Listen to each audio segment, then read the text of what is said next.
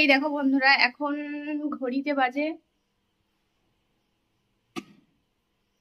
4:45। আর আগে বলে নি যে হ্যালো ফ্রেন্ডস, তোমরা সবাই কেমন আছো? আশা করছি ভালো আছো। আমি বর্ণালীতে তোমাদের সবাইকে স্বাগত জানাচ্ছি। আর আজকের আমি আর আমার হাজবেন্ড মিলে বেরিয়ে পড়েছি দীঘা যাওয়ার উদ্দেশ্যে। দীঘা যাচ্ছি আমরা। আর এখন 4:45 বাজে, আমরা বেরিয়ে পড়েছি, বাইকে করে যাচ্ছি। ওখানে ডায়মন্ডে গিয়ে ভ্যাসেল পেরোবো। চলো সঙ্গে থাকো, দেখতে থাকো। এখন 5টা বাজতে যায় আর বাইরে পুরো অন্ধকার। চলো দেখাই। দেখো বাইরে পুরো অন্ধকার। চলো, এই হাজবেন্ড বেরিয়ে পড়েছে। চলো বেরোনো যাক।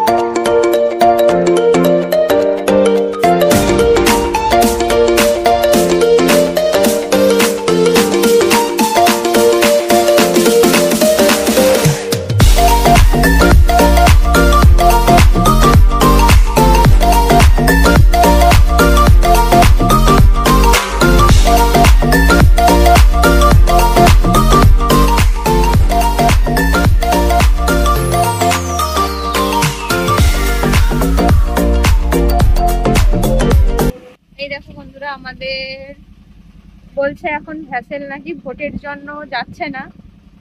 রায়চক দিয়েও বললো যাচ্ছে না। তখন এখন কি করা যায় দেখি। আমাদের কোনো কিছু ঠিকঠাক ভাবে হয় না, কোনো কিছু একটা গন্ডগোল হতেই হবে। চলো দেখা যাক কি হয়।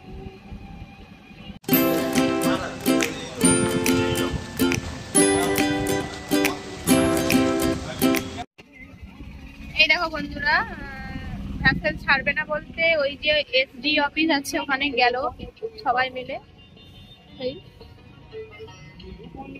বলার জন্য যদি ছাড়ে। আমাদের মনে হয় আজকে আর যাওয়া হবে না। দেখা যাক কি করতে পারি।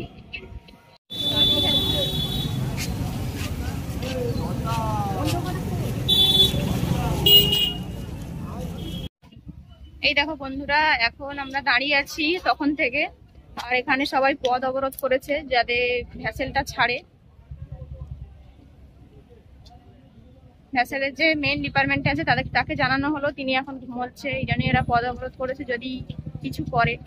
চলো কখন যেতে পারি না বাড়ি যাই, দেখা যাক।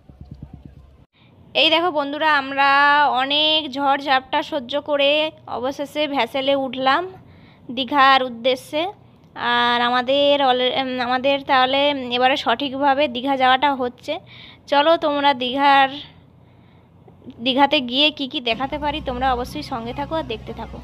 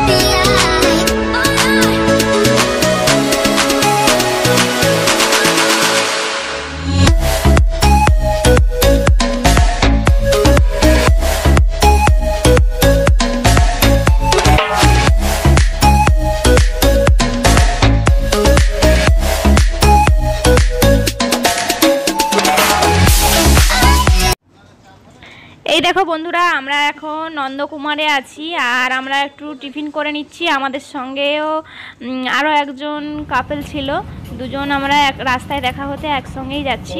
চলো আমাদের সঙ্গে থাকো, দেখতে থাকো।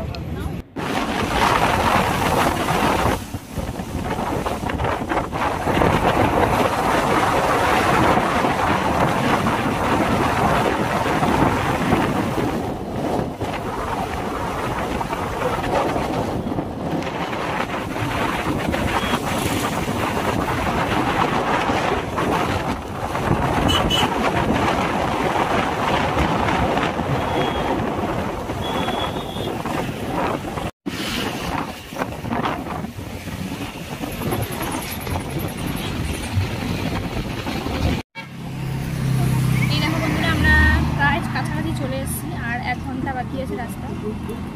চলো এবার একটু রেস্ট নিয়ে নিচ্ছি, এবারে একদম সোজা দীঘা যাচ্ছি।